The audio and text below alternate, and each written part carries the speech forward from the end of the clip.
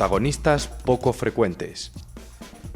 Las derivaciones de pacientes entre hospitales son un tema controvertido que afecta tanto a profesionales del sector como a los propios pacientes. Para tratar este tema y muchos otros, contamos con diversos profesionales en el programa de hoy.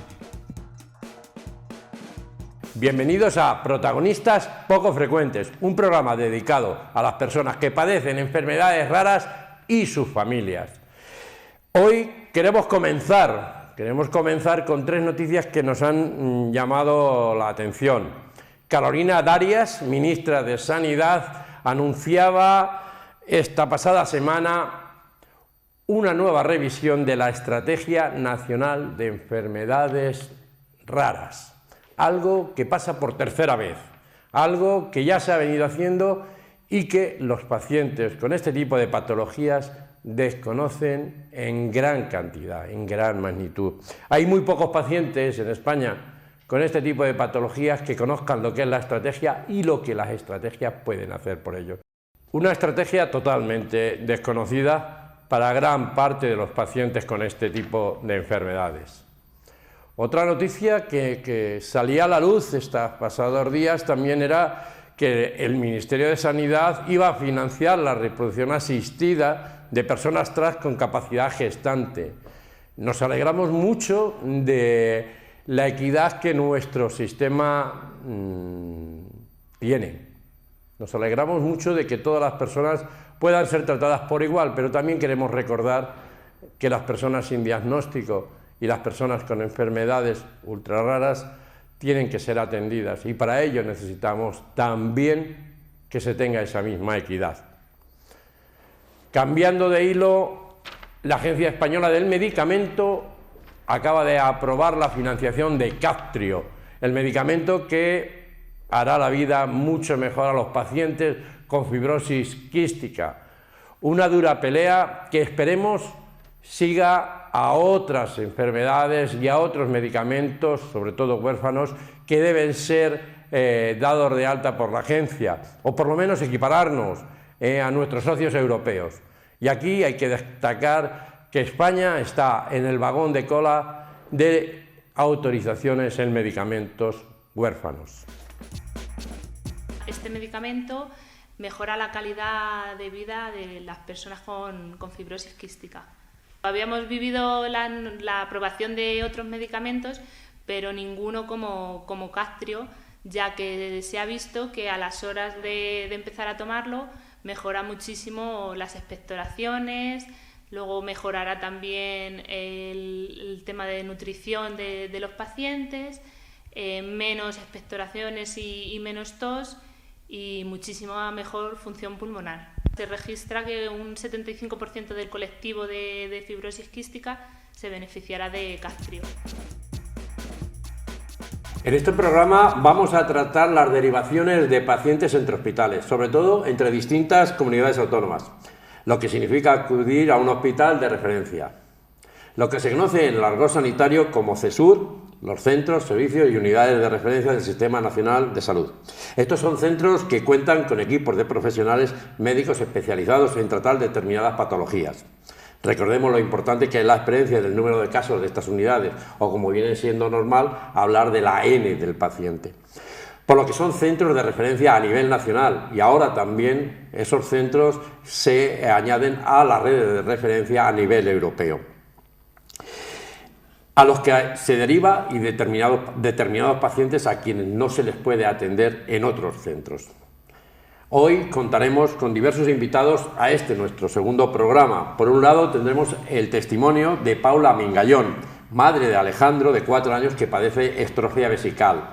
Paula nos contará las dificultades por las que han pasado para acceder a las derivaciones a los CESUR o al centro de referencia que tienen. Por otro lado, contaremos con las intervenciones de Ramón Garrido Palomo, jefe de pediatría del servicio de pediatría del Hospital General La Mancha Centro, y doña Nuria Garrido Cuenca, doctora en Derecho por la Universidad de Castilla-La Mancha, que nos aportarán su punto de vista legal sobre esta situación y sobre los CESUR.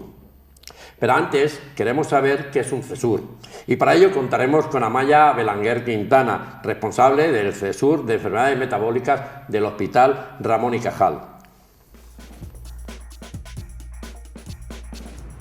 Buenas tardes, Jesús. Pues me encuentro con Amaya Belanguer, la doctora del Hospital Ramón y Cajal, y nos va a explicar básicamente qué es un CESUR. Buenos días, Amaya. Buenos días. Pues un CESUR son aquellos centros, servicios o unidades de referencia que han acreditado frente al Ministerio de Sanidad que cumplen aquellos requisitos técnicos, humanos y de experiencia para tratar ciertos procesos. Hay diferentes CESUR, algunos son para procesos quirúrgicos y otros son para tratar diferentes enfermedades. ¿Qué requisitos necesita cumplir una unidad para ser considerada CESUR? Depende de qué enfermedades esté tratando. En un momento dado se han reunido una serie de expertos, han determinado que para que un centro sea considerado de excelencia necesita pues una serie de requisitos dependiendo de qué enfermedades se traten, y aquellos servicios que cumplen esos requisitos se les puede considerar un CESUR. Y luego el Ministerio evalúa periódicamente a los distintos centros para comprobar que esos requisitos se siguen cumpliendo a lo largo del tiempo. Pues efectivamente me encuentro con Paula Migallón, madre de un paciente con estrofia vesical, Alejandro, de 4 años, a quien se le ha denegado varias veces la derivación a un CESUR, a un centro y servicio o unidad de referencia del Servicio Nacional de Salud. Estos CESUR son centros especializados que cuentan con equipos profesionales para atender determinadas patologías. Buenas tardes, Paula. Buenas tardes, muchas gracias por invitarme. Paula, Alejandro nació el 11 de septiembre de 2017, según me comentabas, en el Hospital Comarcal Valle de los Pedroches de Pozoblanco, municipio de Córdoba. Y no fue hasta el momento de su nacimiento cuando se le detectó esta malformación, ¿no? Una astrofia vesical. Cuéntanos un poco cuáles son las principales características de esta patología. Sí, pues mira, la astrofia vesical es que la vejiga se forma fuera del feto, es decir, está en el exterior, en la parte exterior del abdomen, y tú la puedes ver perfectamente, vamos. Entonces conlleva pues otros tipos de defectos, como en la vejiga, en los genitales, algunas veces en el recto, incluso en el ano, en la pared abdominal, y también incluso en los huesos de la pelvis. Entonces es muy importante que para la astrofia vesical, pues esa primera intervención que hay que hacerle a los niños, pues se realice en un centro especializado y que haya llevado ya más de esos casos para evitar así las máximas complicaciones o incluso riesgos que puede conllevar este tipo de operaciones. Bueno, y a la familia os han denegado muchas veces el acceso de Alejandro precisamente a estas derivaciones, ¿no? A estos centros de CESUR. Cuéntanos qué problemas habéis tenido prácticamente desde el inicio de este proceso con los CESUR. Sí, pues mira, desde el momento de su nacimiento, cuando nació, pues los médicos no sabían muy bien sobre esta patología y en el hospital que nació pues no estaban especializados. Entonces contactaron con diversos centros hospitalarios de Andalucía y vieron cuál era el que estaba especializado o podía tener un poquito más de conocimiento en la patología. Hicieron sus pruebas pertinentes y demás, y decidieron que iban a operar al niño a los 2 días de haber nacido. Firmaron los papeles, yo tuve cesárea, me tuve que quedar aquí, no pude estar, pero mi marido y demás pues firmó todos los papeles y el niño iba a ser intervenido.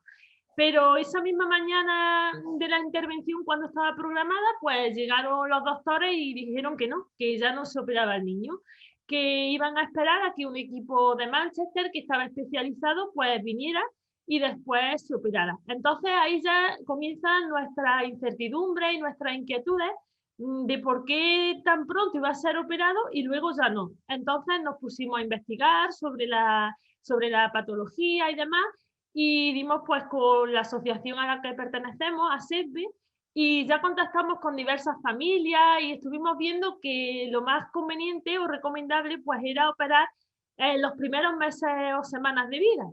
Entonces pues nos consiguieron que tuviéramos una cita en un centro de referencia como es el Hospital de La Paz, y allí pues evidentemente nos dijeron que su idea era eso, operarlo en las primeras semanas. Como consecuencia de ello, pues nos volvimos a venir aquí a Andalucía y desde el hospital que nació Alejandro, pues pedimos que nos derivaran. Y de igual modo, pues nos contestaron al cabo de unos días, mediante una llamada telefónica, que no, que nos denegaban ese derecho y no nos daban los motivos. En reiteradas ocasiones hemos pedido que nos deriven, entregando diversos informes que nos pedían, tanto de pediatría como de nefrología, que el niño lo llevan y demás, pero siempre nos lo deniegan. Su respuesta es negativa, nos lo comunican a través de la vía telefónica. Y por mucho que más que insistimos en que nos den un papel por escrito en el que nos cuenten y nos digan esos motivos por los que no nos derivan, pues nos lo niegan. Dicen que no pueden darnos ese tipo de información, se pasan la pelota de unos a otros. Del hospital de aquí donde nosotros pertenecemos nos pasan a servicios centrales de Sevilla, allí que no, que tiene que ser aquí, y ninguno nos dice nada. Es como que nos van pasando la pelota y nos marean. Y tenemos esa incertidumbre. A esta incertidumbre que me comentabas hay que sumarle también pues, el desamparo que sentís como familia, ¿no? Esa injusticia con respecto al resto de familias que a lo mejor pues sí se les ha aceptado esta derivación a un centro, servicio o unidad de referencia del Sistema Nacional de Salud. También, ¿cómo sentís como familia? ¿Cómo os habéis sentido desde el proceso, desde el inicio de este proceso? Imagino que mucha injusticia, ¿no? Mucho desamparo por parte de las administraciones sanitarias. Sí, te sientes eso como, te sientes desfavorecido, cansado y indignado, ¿no? Con impotencia de decir, si esto es un derecho, ¿no? Que por así decirlo, la sanidad tiene contemplado en que tú te puedas ir a donde haya un centro de referencia, ya que es una enfermedad rara, pues te sientes eso, impotente. Paula, pues muchas gracias por contarnos tus experiencias y bueno, esperemos que salga todo bien y que se solucione este tema cuanto antes. Muchas gracias a vosotros por todo. Buenas tardes, Nuria Garrido, Ramón Garrido. Ramón, como ves, algo que vivimos en las comunidades autónomas como la nuestra, lo vivimos en el día a día. Tú que eres responsable de pediatría del Hospital General La Mancha Centro, has vivido no cientos, sino miles de derivaciones a otros hospitales y a otras comunidades autónomas. En base a lo que hemos visto de la experiencia de la mamá de Alejandro, cuéntanos tu opinión sobre esto. Bueno, yo te puedo decir la experiencia que desde un hospital de La Mancha que necesita derivar pacientes tenemos, que quizá no se superponga exactamente a lo que ocurre cuando Andalucía quiere derivar a Madrid, quizás sea diferente. Cuando desde Castilla-La Mancha se quiere derivar a Madrid, sobre todo cosas de niños, hay bastantes facilidades. Nosotros hacemos un informe, hacemos una canalización oficial dirigido al servicio de admisión y si conocemos qué CESUR o qué centro de referencia puede hacerse cargo fuera de la comunidad, pues lo dirigimos exactamente a ese centro, o bien si no conocemos qué CESUR se encargaría de esa patología concreta, que puede ser una patología muy rara, pues el mismo servicio de admisión busca dentro de la lista de CESUR que hay en el país y ellos intentan hacer la canalización exacta al centro que se necesita. Tenemos experiencia, derivamos muchas enfermedades metabólicas, no nos ponen pegas, luego podemos hablar un poco de los matices, del calvario a veces que hacen a los pacientes para que renueven las órdenes de asistencia anualmente. A veces es muy burocrático el sistema para los pacientes. Tenemos de invitada a Nuria Garrido, ella es experta en Derecho, además lleva muchos años trabajando en el mundo del derecho y de las enfermedades raras, gran luchadora en que Castilla-La Mancha tenga el CESUR de mastocitosis. Nuria, aspectos legales de acceso a los CESUR. Como hemos visto en la entrevista con Paula, es un derecho acudir a un CESUR. Y una vez que estamos dentro, a lo que Ramón nos decía, ¿debemos renovar esa orden de asistencia cada visita? Cuéntanos. Bueno, pues a ver, el tema la verdad es que es muy complicado. Es muy complicado porque yo creo que la entrevista de Paula es significativa de lo que viene sucediendo, como el otro día decíamos, Jesús, desde desde que nos conocemos, vamos, yo casi 17 años. Y esto se sigue repitiendo, que tenemos profesionales y además hospitales como lo que acaba de exponer Ramón, que funcionan muy bien, pero no es la tónica. Y además resulta que por el hospital al que se refiere la paciente, bueno, la paciente, la madre, resulta que hay determinados hospitales o determinadas comunidades autónomas, no sé si podemos decir los nombres, pero son fundamentalmente Andalucía y Canarias y en parte Valencia, que son muy reticentes a derivar. Se piensan que lo pueden hacer todo o que tienen las técnicas para hacerlo todo. Y ahí está la motivación que, por cierto, y es otra de las cosas a resaltar en la entrevista que se le hace a esta madre, no le dan la información por escrito. Le dicen, no, es que son informes, bueno, la van derivando, mejor te lo digo por teléfono. Esto nosotros, por ejemplo, en nuestra asociación lo hemos padecido. El no motivar una decisión administrativa cuando además es una decisión administrativa de denegación de un derecho. Porque con esto te contesto a tu pregunta. ¿Para qué nos sirve la Ley de Cohesión y Calidad del Sistema Nacional de Salud?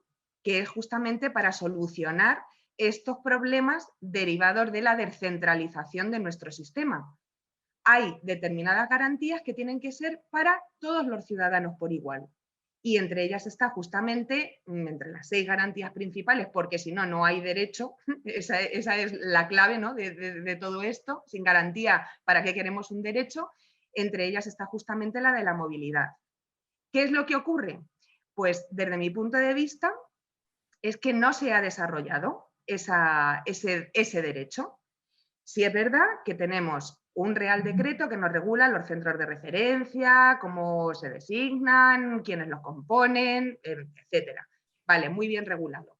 Pero luego, todo lo que tiene que ver con qué puede hacer un paciente como esta madre, qué debe hacer un hospital, etcétera, son procedimientos que sí que es verdad que están publicados en la página del Ministerio. Pero cuando nos vamos a la página del Ministerio, ¿a mí de qué me sirve que cuando aparece y está en un PDF el procedimiento de derivación me diga que la comunidad autónoma derivará? ¿Cómo la comunidad autónoma? ¿Quién dentro de la comunidad autónoma? ¿Por dónde empieza este proceso? Ese es el bagaje burocrático al que se le está obligando al paciente porque hay una falta absoluta de desarrollo legal. ¿Y qué es lo que eso propicia? Pues justamente estos problemas, que no sabemos muy bien cuál es el sistema, incluso dentro de los hospitales, de muchos hospitales a veces ni se conoce muy bien ese sistema, porque sí, hay un formulario, pero un formulario en el que aparece, como os digo, comunidad autónoma. ¿De qué depende al final una derivación? Pues en muchísimos casos de un buen informe del profesional sanitario y que además diga, y veo conveniente la derivación, pero no solo eso, porque después eso pasa al propio gestor del hospital. Y si el gestor del hospital o no lo tiene claro o piensa, ¿por qué voy a derivar si yo tengo aquí en mi hospital lo mejor de lo mejor? Entonces eso ya se deriva al nivel político y en el nivel político ya estamos perdidos, porque ellos sí que nunca... Nuria, estos días, y ya por introducir el debate para que podamos... Estos días la ministra de Sanidad nos hablaba de unificar las carteras, que no hubiera varias carteras, ni básicas, ni... ¿Esto podría ayudar a lo que estabas comentando? ¿O realmente todo lo que estamos hablando depende de información y del gestor? Pues yo creo que aquí tenemos un problema grave en los sistemas de información de las enfermedades raras. No hemos logrado todavía la interoperabilidad, que es otra de las garantías esenciales y que tanto nos viene diciendo desde la primera Estrategia Nacional de Enfermedades Raras. Y después yo creo que hay un momento en el que hay que establecer una garantía específica para el caso de que no haya derivación. Y esa garantía específica, que yo pueda irme con un artículo determinado de una reglamentación, de un reglamento, para decir, no me han derivado, la motivación es esta y quiero que usted me conteste. Porque ¿qué hacemos? Nos empezamos un recurso de alzada, perdonadme a lo mejor si estoy siendo un poco administrativista, pero es que yo creo que al final esto termina siendo un problema de verdad de derecho administrativo y de garantías de derecho administrativo y de garantías de derechos del ciudadano frente a la omnipotencia de una administración que nos deja en muchas ocasiones fuera de juego. Hay una cosa que quiero preguntarte, Ramón. Tú todos los días estás con los pacientes, todos los días ves pacientes, convives con ellos en la alegría cuando salen y la amargura cuando entran. ¿Tú crees que realmente los pacientes son conscientes de lo que hoy estamos hablando aquí, de los problemas que nos da el sistema en cuanto a acceso? ¿Tú qué lo vives con ellos? ¿Cómo vives eso? No. Nosotros estamos hablando, hay dos tipos de pacientes. El paciente general, que tiene patologías más frecuentes y que incluso a veces hay que derivar porque hay técnicas que aquí no se hacen, que pues, no es consciente básicamente del tema. Y el que sí es más consciente es aquel que tiene una enfermedad rara y que se ha enfrentado con dificultades, porque el sistema tiene dificultades. Es decir, es más frecuente y que los pacientes con enfermedades raras o poco frecuentes se encuentren con muchas dificultades en algún momento del camino. Y cuando habéis hablado de CESUR y derecho a ser atendido en un CESUR, que me parece muy bien, yo creo que una de las claves es: ¿puede el paciente tomar la decisión de que quiere ir a un CESUR? Es decir, o tiene que ser el profesional el que decide que lo manda a un CESUR. Y ahí está el matiz, porque es un derecho, pero ese derecho lo puede iniciar por su propia voluntad, por su propia información el paciente, o tiene que ser el facultativo que ve por primera vez al paciente el que toma la decisión de derivarlo al CESUR. Yo creo, Nuria, que si nos ceñimos a lo que dice el Ministerio en su página web, está contestado. O sea, el Ministerio en su página web da ese input al paciente y dice que tiene ese derecho. Otra cosa es que, como nos decía Nuria, eso se puede hacer. ¿Es así? Claro. O sea, el problema es que tenemos una ley que lo garantiza. Un procedimiento aprobado por el Consejo Interterritorial del Sistema Nacional de Salud, publicado por el Ministerio, donde dice que es la comunidad autónoma, sin más, no dice nada más, la comunidad autónoma la que decide la derivación a un centro de referencia, por supuesto de fuera o de dentro de su comunidad autónoma. Pero el paciente, lo único que puede hacer, que parece ser que es lo que hizo esta chica, la madre que ha hablado, fue pedir una segunda opinión médica. Con esa segunda opinión médica, que también va a depender de que el hospital decida si te la va a dar en la propia comunidad autónoma porque tiene la posibilidad de dártela o fuera, te la pueden dar fuera. Pero eso es solo una segunda opinión médica, eso no es una derivación. O sea, la derivación, por dejarlo claro, la derivación depende del gestor político de la comunidad autónoma, el gestor hospitalario. Si el gestor no lo decide, el paciente no puede iniciar un procedimiento SICO. Para terminar, yo solo quiero hacer una pregunta ya de 30 segundos para tampoco extendernos mucho más, y es: ¿cómo podemos mejorar esta situación? ¿Qué podemos hacer nosotros? ¿Qué puede hacer Nuria Garrido? ¿Qué puede hacer Ramón Garrido desde vuestros ámbitos para cambiar esto, para mejorar la situación de los pacientes con enfermedades raras en cuanto a la atención en centros especializados? Ramón. Bueno, desde nuestro punto de vista, facilitar el acceso en las enfermedades que consideramos que requieren una atención especializada especial, que son las enfermedades menos frecuentes o con menos conocimiento y que por tanto necesitan un centro de referencia con más experiencia. Es decir, nosotros facilitarlo, ¿no? Por nuestra parte facilitarlo e influir en donde estemos para que la administración sea menos rígida y más flexible en ese tipo de cosas. Nuria. Pues